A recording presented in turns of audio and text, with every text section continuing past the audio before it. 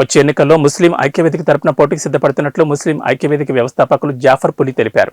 నేడు విజయవాడ ముస్లిం ఐక్యవేదిక ప్రధాన కార్యాలయంలో ఎన్నికల్లో ముస్లింలకు ప్రాధాన్యత కల్పించాలని డిమాండ్ చేశారు. ముస్లిం ఐక్యవేదిక సంబంధించి ముస్లిం వ్యవస్థాపకులైనటువంటి జాఫర్ అలీ అలియాస్ జాఫర్ పులి ఎన్నో సామాజిక సేవా కార్యక్రమాలు చేస్తూ ముస్లింల కోసం అనేక సేవా కార్యక్రమాలు చేయడంతో పాటు వారికి ప్రతినిత్యం అందుబాటులో ఉంటూ ముస్లింల కోసం పాటుపడుతున్నటువంటి జాఫర్ అలీ గారు మనతో ఉన్నారు. ఆయన కొన్ని విషయాలు అడిగి తెలుసుకుందాం. సార్ నమస్తే అండి జాఫర్ గారు.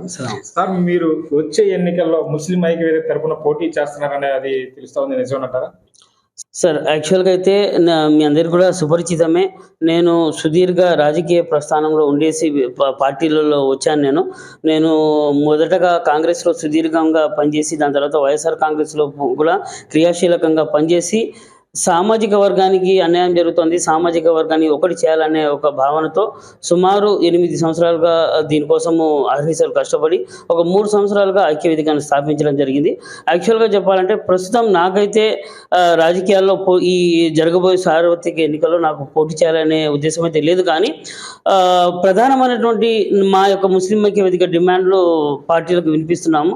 ఈ పార్టీలు కొన్ని సీట్లు కేటాయించాలని, సీట్లు కానీ కేటాయించకపోతే మా ముస్లిం ఐక్యవేదిక ద్వారా మేము స్వతంత్ర అభ్యర్థులుగా నేను మా వ్యక్తులను దించడానికి నేను ప్రయత్నాలు చేస్తాను. దేశభక్తి కలిగిన వ్యక్తులుగా, అంటే మీ నాన్నగారు కూడా ఆర్మీ రిటైర్మెంట్ ప్లస్ ఇప్పుడు ప్రస్తుతానికి మధ్యలో లేరు, దేశభక్తి కూడా మీకు ఎక్కువ అని చెప్పేసి అని అంటాను. మీరు దేశభక్తి కోసం కూడా అనేక సేవా కార్యక్రమాలు చేశారని కూడా తెలుస్తా ఉంది. అది ఎలాంటి కార్యక్రమాలు చేశారు ఏంటి సార్ ఒకసారి? సమాజ సేవన చేయాలన్న ఉద్దేశంతో నీతి నిజాయితీగా ఉంటూ రాజకీయాల్లో పేద సాదా వారికి సేవా కార్యక్రమాలు చేయాలనే ఉద్దేశంతో నేను ఈ రాజకీయ రంగంలోకి కూడా రావడం జరిగింది.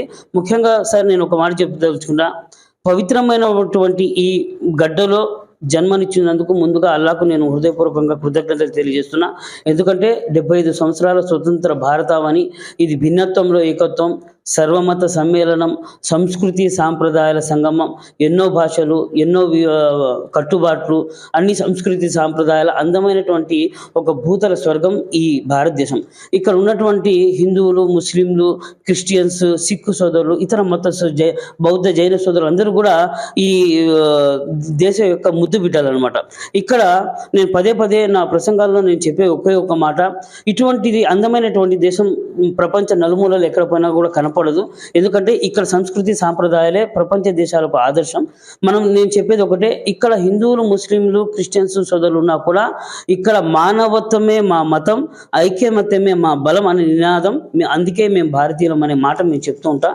మనము ఈ దేశాన్ని ఏదైతే మన పెద్దలు, మన పూర్వీకులు తమ రక్తపు ద్వారాలతో, తమ త్యాగాలతో ఈ దేశానికి స్వాతంత్రాన్ని సిద్ధించి ఒక స్వేచ్ఛాయుతమైనటువంటి ఆహ్లాదకరమైనటువంటి సంస్కృతి సాంప్రదాయాలను మనకు వరకు అందించారో, మనం కూడా మన భావితరాల కోసం మనమందరూ కూడా చేయి కలిపి మనమందరూ కూడా ఈ దేశాభివృద్ధి సాధించాలా, భారతదేశ కీర్తి ప్రతిష్టలను ఎవరెస్ట్ శిఖరం మీద త్రివర్ణ పతాకం రూపంలో రెపరెపాలాడించాలనేదే నా ఉద్దేశం. అందుకే స్వతహాగా నేను చెప్పదలుచుకోలేదు, కానీ నిరంతరం కూడా క్రమం తప్పకుండా ఏదైతే ఈ ఆగస్టు 15 కానివ్వండి, జనవరి 26 కానివ్వండి, మేము తిరుపతి ఆధ్యాత్మిక మత సామరస్యానికి ప్రత్యేకమైనటువంటి తిరుపతి నగరంలో కూడా మేము మన టిప్పు సుల్తాన్ పెద్ద మసీద్ దగ్గర మేము హిందూ ముస్లిం అందరూ క్రైస్తవ సోదరులు అందరూ కూడా కలిపి ఒక అంగరంగ వైభవంగా ఒక మంచి ఆహ్లాదకరమైనటువంటి వాతావరణంలో మేము గణతంత్ర కానీ స్వాతంత్ర దినోత్సవ వేడుకలు జరుపుకుంటూ ఉంటాం.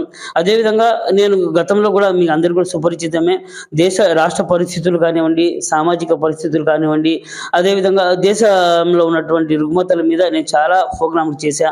అటు రైతు వ్యవసాయ చట్టాలు కానివ్వండి, మహిళా సాధికారికత కోసం కానివ్వండి, దేశాభివృద్ధికి దేశంలో జరుగుతున్నటువంటి ఆర్థిక అసమానతలు కానివ్వండి, వీటి అన్నిటి మీద నేను చాలా ప్రోగ్రాంలు చేస్తున్నా. ఎందుకంటే ఇంత సుభిక్షమైనటువంటి అందమైన దేశంలో ఈరోజు మనము మన రెక్కల కష్టంతో ప్రతి భారతీయుడు తన రక్తపు బొట్టును చెమట బొట్టుగా మార్చి ఈ దేశం కోసం అహర్నిశలు కష్టపడి ఈ దేశాన్ని ముందుకు తీసుకొని వెళ్తున్నటువంటి తరుణంలో కొంతమంది స్వార్థపరులు, కొంతమంది మతోన్మాదులు కావచ్చు, కొంతమంది స్వార్థపరులు ఈ దేశాన్ని కులం, మతం, ప్రాంతం, వర్గం అనే ముక్కలుగా చేయాలనే ప్రయత్నాలు చేస్తున్నారు.